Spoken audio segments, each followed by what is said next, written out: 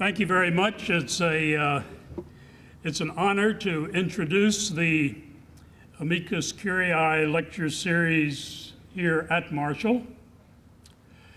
14 years ago, I was invited from Toronto to introduce Marshall University's celebration of the Year of the Book with a lecture on John Marshall at a black tie dinner in Charleston. My book, John Marshall, Definer of a Nation, had just been published, and I was the lead-off speaker. I was followed several months later by Francis Fukuyama, and then a couple of months after that by Toni Morrison. After that, I was invited to give the commencement address here and joined the faculty 12 years ago as the John Marshall Professor of Political Science. Let me take this opportunity to express my appreciation for the support that Marshall has given to me for the past 12 years. These years have been very productive. Grant, FDR, and now Eisenhower, and I'm eternally grateful. Let me also say that I learned a lot during these past 12 years. Marshall is an institution that stresses teaching, and I have been enormously impressed with the dedication that my colleagues here take into the classroom. Across the board, they are overworked and underpaid, and they deserve our deepest respect. Let me read that sentence again. Across the board, they are overworked and underpaid, and they deserve our enormous respect.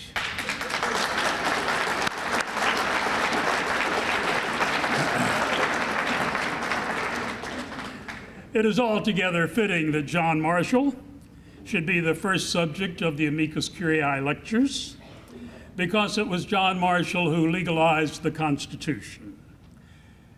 That is, who made it justiciable in courts of law. And in so doing, he provided the basis for the authority that the Supreme Court exercises today.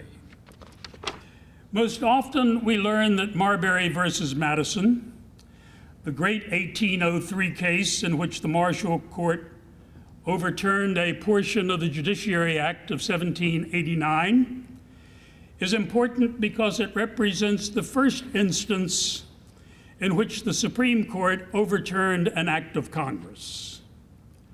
And certainly it is important because of that. But it is even more important because it was in Marbury that Marshall established that the Constitution was a legal document that could be adjudicated in courts of law. Said differently, it was in Marbury versus Madison that John Marshall legalized the Constitution. If you think about it, constitutions are political documents. They define the way a nation is governed. And traditionally, constitutional documents have been interpreted by the political branches of government, by the legislative and the executive. That was the British tradition with which the founders were familiar. The great documents of English constitutional history, Magna Carta, the Bill of Rights, the Act of Settlement, are not justiciable in English courts. Magna Carta, Magna Farta, said the Lord Chief Justice of England in 1886. In Canada, even with the written constitution, Parliament is given explicit authority to set aside a decision of the Supreme Court of Canada if it chooses to do so. And even provincial legislatures enjoy that right.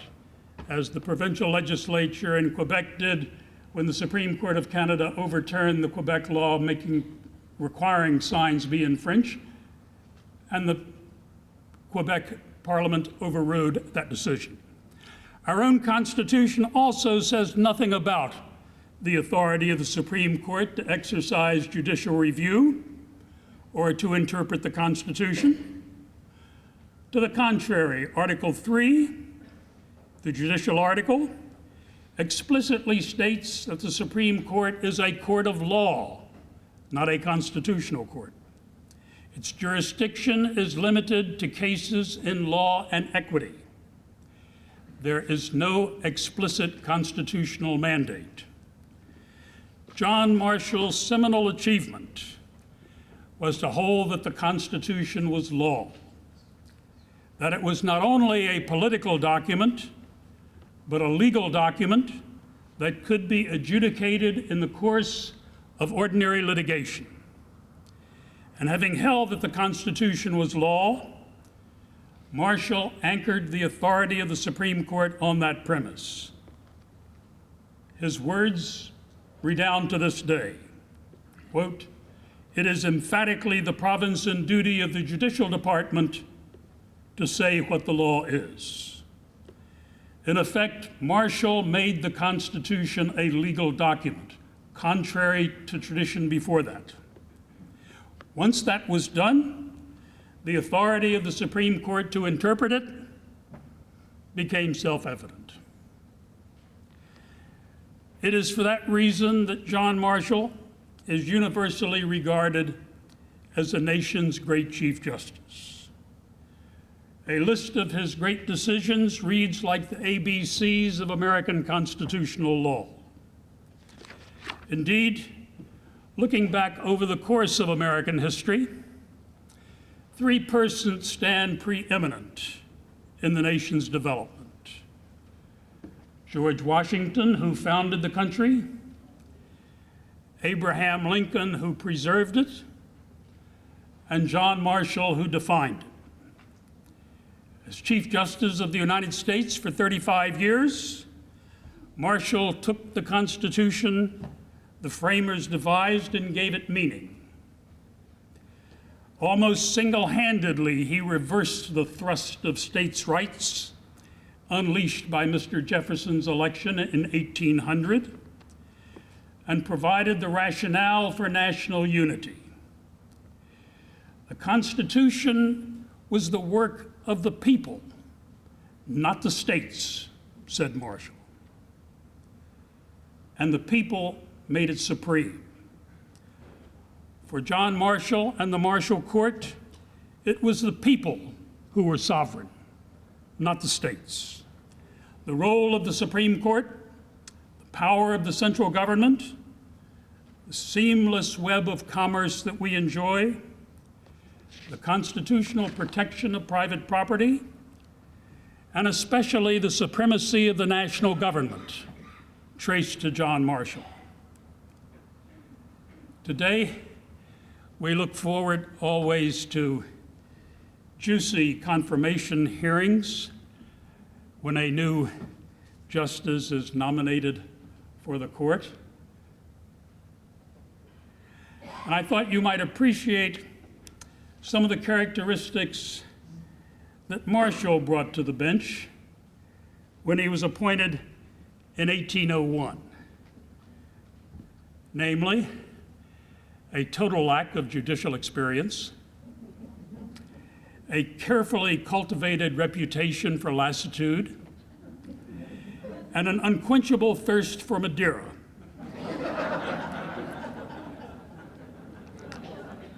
It's water. Theodore Sedgwick, who was Speaker of the House at the time, put it best when he said that Marshall was attached to pleasures with convivial habits strongly fixed. He is indolent, therefore, but when aroused, he has strong reasoning powers. They are indeed almost unequaled. Marshall also brought to the court what Senator Rufus King of New York called the best organized mind of his generation. And it was that combination of conviviality and clarity, of warmth and intellect, that helped Marshall convert the court from a weak, fragmented, partisan institution into the unquestioned custodian of constitutional legitimacy that we know today. Before Marshall joined the court, the justices wrote their own opinions and delivered them seriatim, one after the other, just as the justices of King's Bench did and continue to do. Marshall changed that. His first act upon becoming Chief Justice was to arrange for his colleagues to all live in the same hotel in Washington. The court met only 6 weeks out of the year. In those days, the justices came to Washington without their wives. Under Marshall's leadership, the justices took their meals together, walked to and from the court together, and when they socialized in Washington, they usually went out together. Oral arguments were far more important than those days. Very few briefs were submitted. And after dinner in the late afternoon, the justices would clear the table and discuss the cases that they'd heard argued, invariably over some of Marshall's Madeira.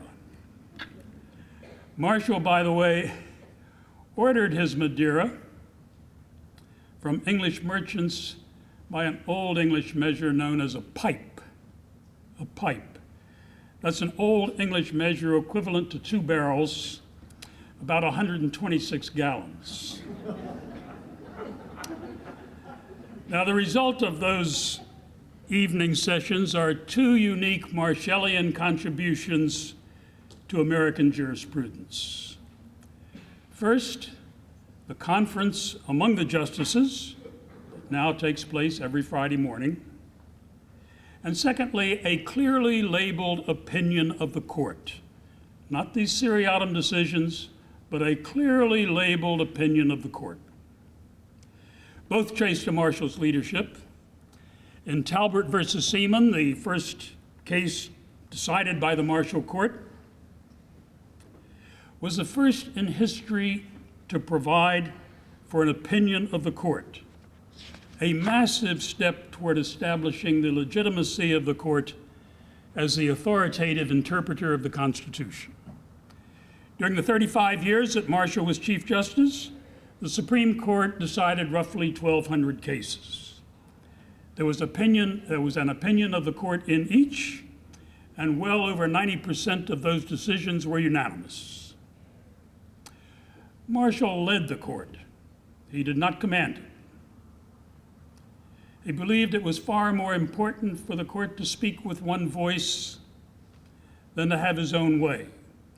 And there is abundant evidence that he occasionally changed his views in conference.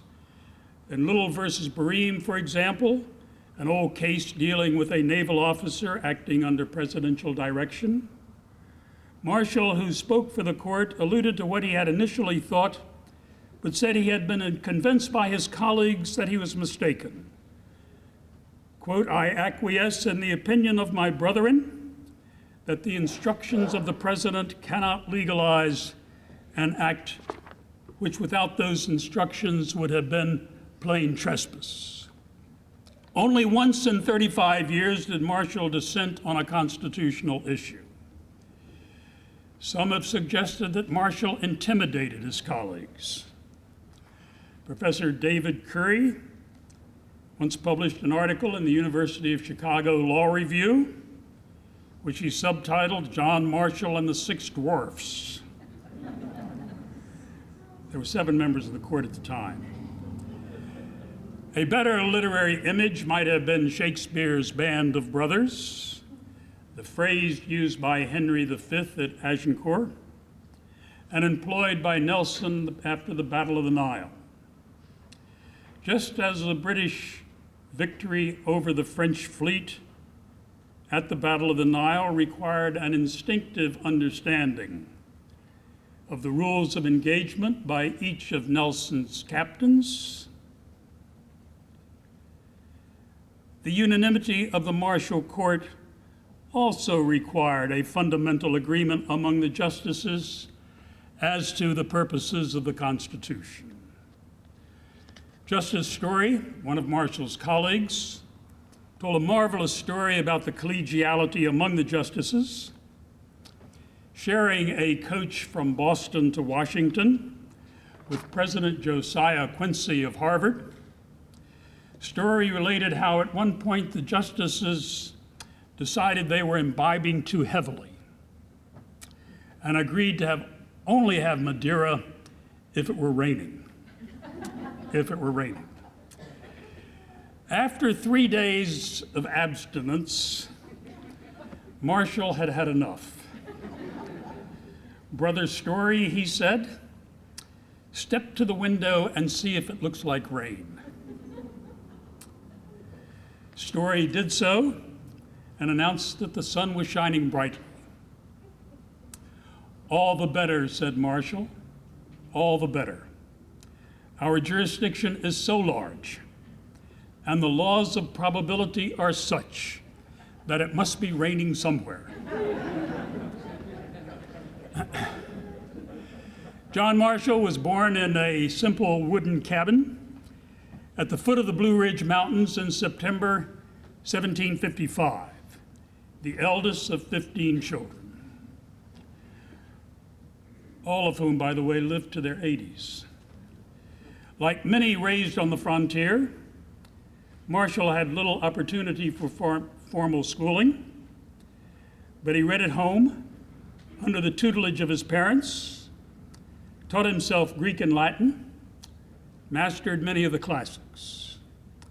His elegant prose style, that almost poetic cadence of his great opinions, comes from having laboriously copied out as a young man Alexander Pope's essay on man. The rhythmic clauses of Pope made an impression on Marshall that he never forgot. Angels rush in, fools rush in where angels fear to tread. The power to tax is the power to destroy.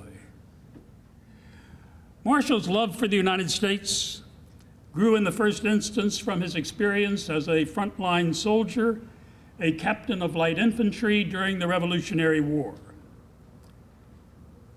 In 1775, at the age of 20, he joined the Continental Army, fought at Great Bridge, Brandywine, Germantown, and Monmouth. He was with Washington at Valley Forge and present at the storming of Stony Point. Later, he wrote that his wartime service confirmed his habit of considering America as his country and Congress as his government. Quote, I had imbibed these sentiments so thoroughly that they constituted a part of my being. After the war, Marshall attended the law lectures of Chancellor George Wythe at William and Mary.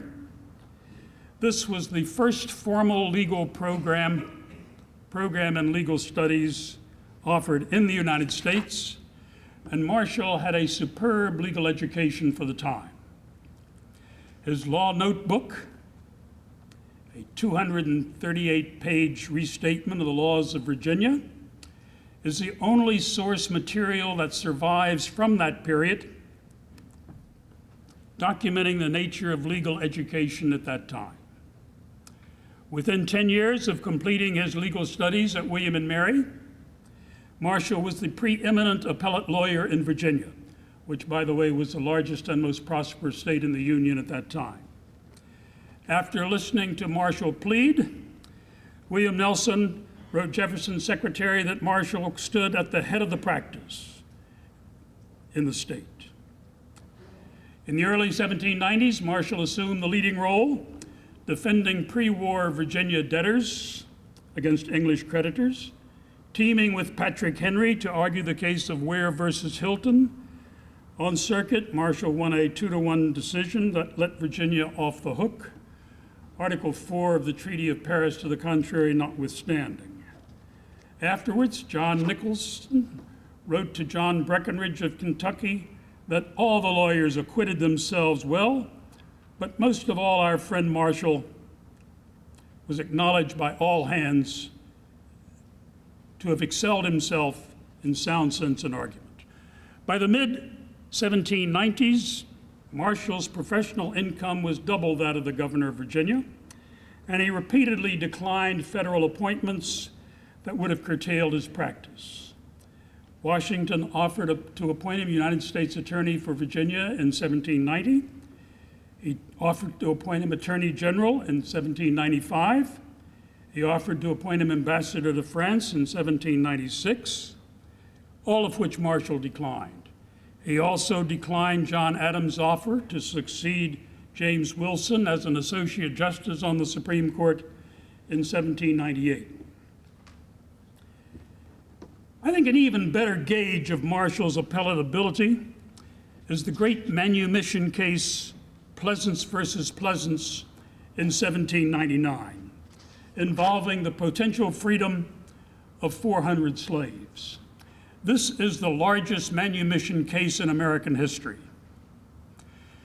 Marshall argued on behalf of the testator, the deceased, who wrote the will, who wished to free his slaves if private manumission should ever become legal in Virginia.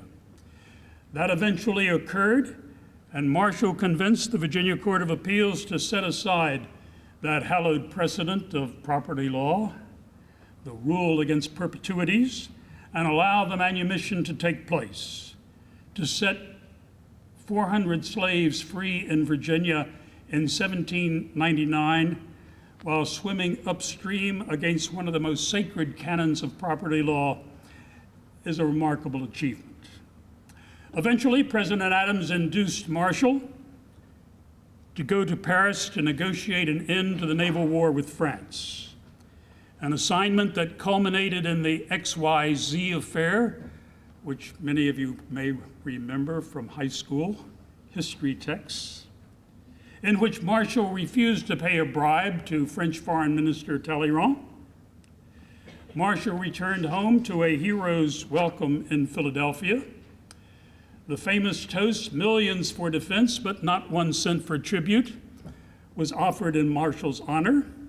He was elected to Congress in 1798 and immediately became the leader of the moderates in both parties, attempting to tamp down the partisanship that engulfed the nation at that time. When Adams purged his cabinet of the high Federalists, those are the extreme conservatives, in 1800, he made Marshall Secretary of State. And when Oliver Ellsworth resigned as Chief Justice in 1801, Adams named Marshall to replace him. Thanks to John Marshall, the Supreme Court of the United States is accepted today as the ultimate interpreter of the Constitution.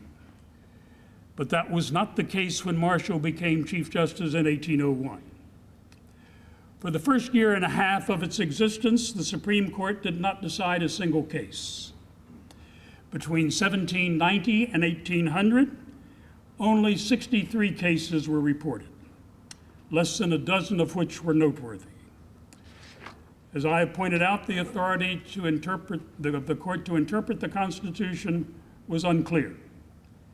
The Supreme Court's jurisdiction over the states was also in question. When the court rendered judgment against the state of Georgia in 1793 in the old case of Chisholm versus Georgia, Georgia refused to comply with the ruling, and the nation quickly adopted the 11th Amendment to the Constitution, stripping the federal judiciary of the right to try a case in which a state is a defendant in private lawsuits. Attendance was also a problem for the court. The lack of a quorum often caused cases to be carried over and sometimes caused sessions to be canceled completely. The problem of leadership was particularly acute. When John Jay, the first Chief Justice, resigned in 1795 to become governor of the state of New York, President Washington offered the post to Alexander Hamilton, who declined, to Patrick Henry, who declined, to John Rutledge of South Carolina, who accepted but whom the Senate refused to confirm, to William Cushing, of Massachusetts, whom the Senate confirmed, but who declined to serve because of ill health. And finally to Oliver Ellsworth, who served from 1796 to 1800. When Ellsworth resigned, the post was offered once again to John Jay, who declined, citing the failure of the court to, in Jay's words, acquire the public confidence and respect it should possess. So lightly was the Supreme Court regarded that when the capital of the United States moved from Philadelphia to Washington in 1800, no provision was made for the court to be housed. Eventually, a small room was found on the ground floor of the Capitol, which the Capitol's architect described as a noisy, half-finished committee room, meanly furnished and very inconvenient. The court had no library, no office space, no clerks, no secretaries, and even the court reporter, Mr. Dallas, had resigned because he didn't want to move from Philadelphia to Washington. Marshall's appointment as Chief Justice was equally inauspicious. There is absolutely no evidence that Adams had planned to name Marshall beforehand. To the contrary, everything we know about the appointment suggests that it was the pace of events that forced the choice. Adams' term was about to expire, and unless the president acted and acted quickly, appointment of the next Chief Justice would fall to Thomas Jefferson. Reflecting on the episode years later, Marshall wrote, "When I waited on the president with Mr. Jay's letter declining the appointment, he said thoughtfully, 'Who shall I nominate now?' I replied I could not tell. After a moment's hesitation, he said, 'I believe I must nominate you.' I had never before heard myself mentioned for the office and had not even thought of it. I was pleased as well as surprised and bowed in silence. The next day, I was nominated. The Senate did not hold any hearings. The Democrats, Mr. Jefferson's party, applauded Marshall's appointment, and it was the High Federalists, the doctrinaire, very conservative wing of the Federalist Party, who objected. Marshall, they thought, was too conciliatory, that he was not ideologically committed to the Federalist cause. And they held up the appointment for a week to put pressure on Adams to withdraw Marshall's name. When Adams refused, Marshall was then confirmed unanimously. Marshall's great decisions are familiar. In Marbury versus Madison, Marshall established the authority of the Supreme Court to interpret the Constitution and to strike down an act of Congress if it conflicted. Marbury versus Madison is the keystone of the court's constitutional authority, but insofar as nation building, stitching the country together, is concerned, no holdings have been more important than Marshall's great decisions in McCulloch versus Maryland and Gibbons versus Ogden. In McCulloch, Marshall provided for the expansion of Congress's legislative authority far beyond the black-letter text of the Constitution. Let the end be legitimate, said Marshall. Let it be within the scope of the Constitution, and all means which are appropriate, which are not prohibited, but consists with the letter and spirit of the Constitution, are constitutional. 5 years later, in Gibbons versus Ogden, Marshall struck down the steamboat monopoly established by the state of New York on the Hudson River and held that the regulation of the nation's commerce was exclusively the prerogative of Congress and not the states. The states could not impose any burden on commerce. They could not favor their own products at the expense of those from other states or foreign countries. The uninterrupted flow of commerce that we enjoy today, and here in the tri-state area, you see it very clearly, as goods and services and employment moves freely across state lines. We enjoy that today, and it stems directly from Marshall's great decision in Gibbons. As far as nation building is concerned, no decision has had a greater impact. Let me mention two other decisions briefly. Martin versus Hunter's lessee in 1816 and Cohen's versus Virginia in 1821 that established the authority of the Supreme Court to hear appeals from state courts when a federal issue is at stake. These decisions ensure that federal laws and treaties and the Constitution are uniformly interpreted throughout the country. Recall that eloquent passage in Cohen's versus Virginia when Marshall evoked the spirit of national unity. In war, we are one people. In peace, we are one people. In all commercial negotiations, we are one people. And the government, which is alone capable of managing our interests, is the government of the Union. I mention these cases to illustrate how Marshall shaped and defined the nation. I could have alluded to the leading cases concerning the contract clause, Fletcher versus Peck in the Dartmouth College case, cases that lie at the root of our corporate economy. Or Johnson versus McIntosh, the great decision of the Marshall Court concerning the right of Aboriginal peoples to tribal land.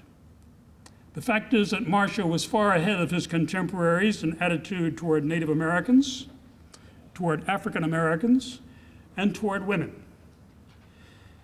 Marshall believed deeply in female equality, advocated their admission to higher education, and on the domestic scene was a very model of a modern husband. My wife is sitting in the back row, and I hesitate whenever I get to this portion in the lecture. The Chief Justice of the United States did all the household shopping in Richmond, supervised the cleaning and cooking, and eased the burden for his invalid wife in every way possible. Stories are rife from Richmond of that era of persons calling at Marshall's home and being greeted at the door by the Chief Justice with a broom in one hand and a dustpan in the other. Okay? As for Native Americans, Marshall, like Ulysses Grant, was a friend and admirer. As a member of the Virginia legislature in 1784, Marshall joined Patrick Henry to sponsor legislation that would encourage the intermarriage of whites and Native Americans. After the bill was defeated, Marshall wrote to his friend James Monroe that he and Henry believed the measure would be good for this country, but our prejudices oppose themselves to our interest and operate too powerfully for them. On the court, Marshall's holding in the Cherokee cases represented a resounding restatement of the rights of Native Americans. When we dedicated the statue to John Marshall out here in 1999, one of the principal speakers was Chief Joe Bird, the chief of the Cherokee Nation, who spoke eloquently about Marshall's great decisions pertaining to the Cherokees. As for African Americans, the issue of slavery never came before the Marshall Court. But throughout his life, Marshall opposed the institution, worked quietly for its abolition. He believed that slavery was not only unjust and oppressive to blacks, but pernicious and debilitating to whites as well. As the leader of the Richmond Bar, Marshall, in addition to the great manumission case of Pleasance versus Pleasance, undertook numerous pro bono cases for African Americans and established the legal precedent in Virginia that a child of a slave father and an Indian mother was a free person and not a slave, reflecting the Native American rule of maternal descent. In the case of the Antelope in 1825, involving the seizure of a Spanish slave ship, Marshall castigated the slave trade, held it was contrary to natural law, and then proceeded to free all but 39 of the 281 slaves on board. 4 years later, in Boyce versus Anderson, Marshall addressed one of the most heated questions of the time: was a slave a person or an article of commerce? Much to the dismay of Southern slave owners, Marshall held that a slave was a person. He has volition, he has feelings, which cannot be entirely disregarded. He cannot be stowed away as a common package. In the nature of things and in his character, he resembles a passenger, not a package of goods. Now, there was very little Bill of Rights litigation before the Marshall Court. One of the reasons is that in the landmark case of Barron versus Baltimore, Marshall held for the court that the Bill of Rights applied only to the states and not to the national government. That, of course, is before the adoption of the 14th Amendment. Marshall's principal Bill of Rights case occurred during the Burr treason trial of 1807. The Sixth Amendment requires that an accused be informed of the nature of the charges against him. Marshall held that the words meant what they said. Prosecutors could not employ fictional indictments, which was a common practice in those days, to bring someone into court. The Burr trial, which Marshall presided over on circuit, was in many respects Marshall's finest hour. He withstood what amounted to a lynch mob in Richmond, rejected the common law concept of constructive treason, and held that the Constitution required an overt act, testified to by two witnesses in open court. Marshall's charge to the jury in the Burr trial, construing the Constitution's definition of treason narrowly, is a landmark in the protection of American civil liberties. And it was also in the Burr trial that Marshall issued a subpoena to President Jefferson. The president said Marshall, unlike the King of England, is not above the law. Marshall was a man for all seasons. In 1812, the Virginia legislature asked him to prepare a survey of the advantage of linking the Ohio River with the James. Now, I don't believe anyone in the Virginia legislature assumed that Marshall, at the age of 57, having been Chief Justice of the United States 11 years, would personally lead a survey party of 20 men up from the headwaters of the James and Cowpasture rivers, across the Appalachians, to the Greenbrier and New Rivers, to the Kanawha and the Ohio. The survey took 3 months, mapped 250 miles through what roughly became the path of the C&O Railroad and Interstate 64. In 1830, Marshall missed 2 weeks of the court's term to attend the Virginia Constitutional Convention, to which he had been elected as a delegate from Henrico County. And Marshall's masterly defense of judicial independence at the Virginia Convention preserved the tenure of Virginia's judges. "I have always thought," said Marshall, "that the greatest scourge an angry heaven ever inflicted upon an ungrateful and sinning people was an ignorant, a corrupt, or a dependent judiciary." Marshall brought to the court that rare combination of warmth and intellect, as well as a modesty and self-deprecation that was unusual. The first impression of a stranger, said Justice Story, was generally one of disappointment. It hardly seemed credible that such simplicity should be the accompaniment of such acknowledged greatness.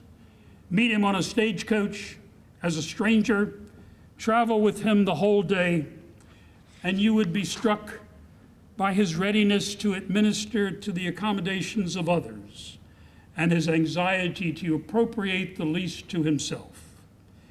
Be with him, an unknown guest at an inn, and he seemed adjusted to the very scene, resigning himself without complaint to the meanest arrangements.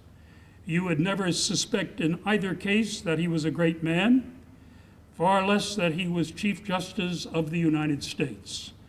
And let me pause at that point very briefly for a terminological definition. Chief Justice of the United States is the correct terminology, not Chief Justice of the Supreme Court. Chief Justice of the United States, not Chief Justice of the Supreme Court. Tear these signs down that the state of West Virginia has erected. Marshall's decisions over the 35 years he was Chief Justice set the nation on a path of development over which it never departed. but ranking equally with those decisions is the aura of authority he imparted to the court. Sir Lewis Namir, the great English scholar, once said that historians are inclined to remember the present and forget the past. And we forget that the Republic of the United States was an unprecedented achievement. As former British subjects, we had no legacy of an independent judiciary and no tradition of judicial review. Marshall changed that. He also removed the judiciary from politics and convinced his colleagues to stop participating in political campaigns. Now, I could talk endlessly about John Marshall or Grant or Roosevelt or Eisenhower, but endless is a word that an after-dinner speaker should not use. I'm reminded of a World Series game in Toronto in 1992 when the Toronto Blue Jays were playing the Atlanta Braves. And David Wells, Boomer Wells, was on the mound for Toronto, and he was getting shelled unmercifully by the Braves. Cito Gaston went out to remove him. The manager's holding the ball there. And Wells told Gaston he wasn't tired. And Gaston said, I know, but the outfielders are.